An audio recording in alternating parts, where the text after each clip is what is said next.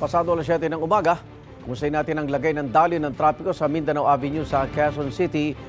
May unang balita live si EJ Gomez. EJ.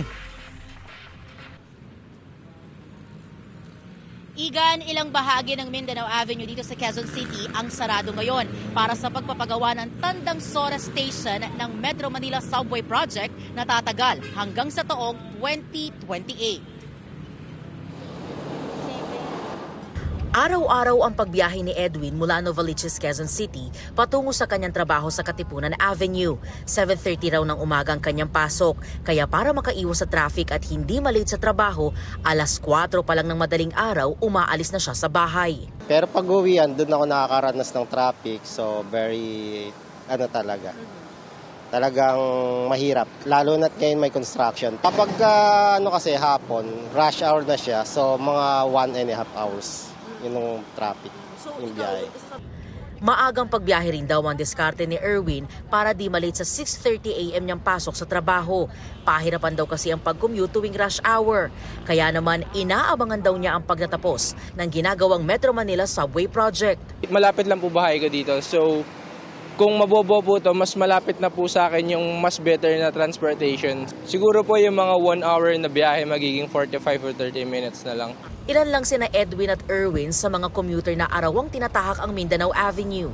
Nitong nakaraang araw lang, isinara ang bahagi ng Mindanao Avenue para magbigay daan sa paggawa sa Tandang Sora Station ng 33-kilometer Metro Manila Subway Project.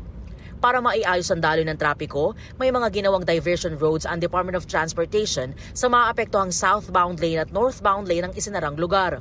Mayroon namang mga alternatibong ruta na maaaring daanan ng mga motorista. Pasado alas 4 ng madaling araw kanina, maluwag pa ang daloy ng trapiko. Nadagdagan naman ang mga sasakyan sa kalsada pagsapit ng alas 5 dahil pa rush hour na.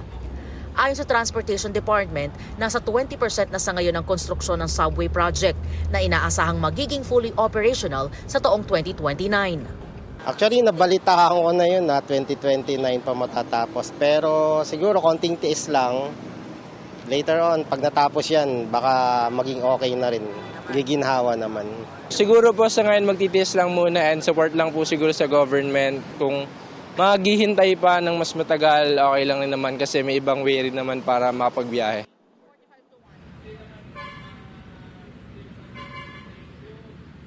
Igan, yung nakikita ninyo ngayon ay yung ating southbound lane dito sa Mindanao Avenue.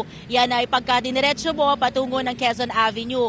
Mas mabigat na yung daloy ng trapiko ngayon, pero yung mga sasakyan ay dire-diretso pa rin naman yung takbo. Samantala, doon sa kabilang lane, yun na yung pa-northbound at patungo naman ng Novaliches, Balintawak at NLEX. Generally, mas maluwag yung daloy ng trapiko doon sa ating northbound lane.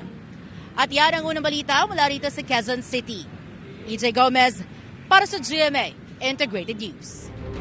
Igan, mauna ka sa mga balita, mag-subscribe na sa GMA Integrated News sa YouTube para sa iba't ibang ulat sa ating bansa.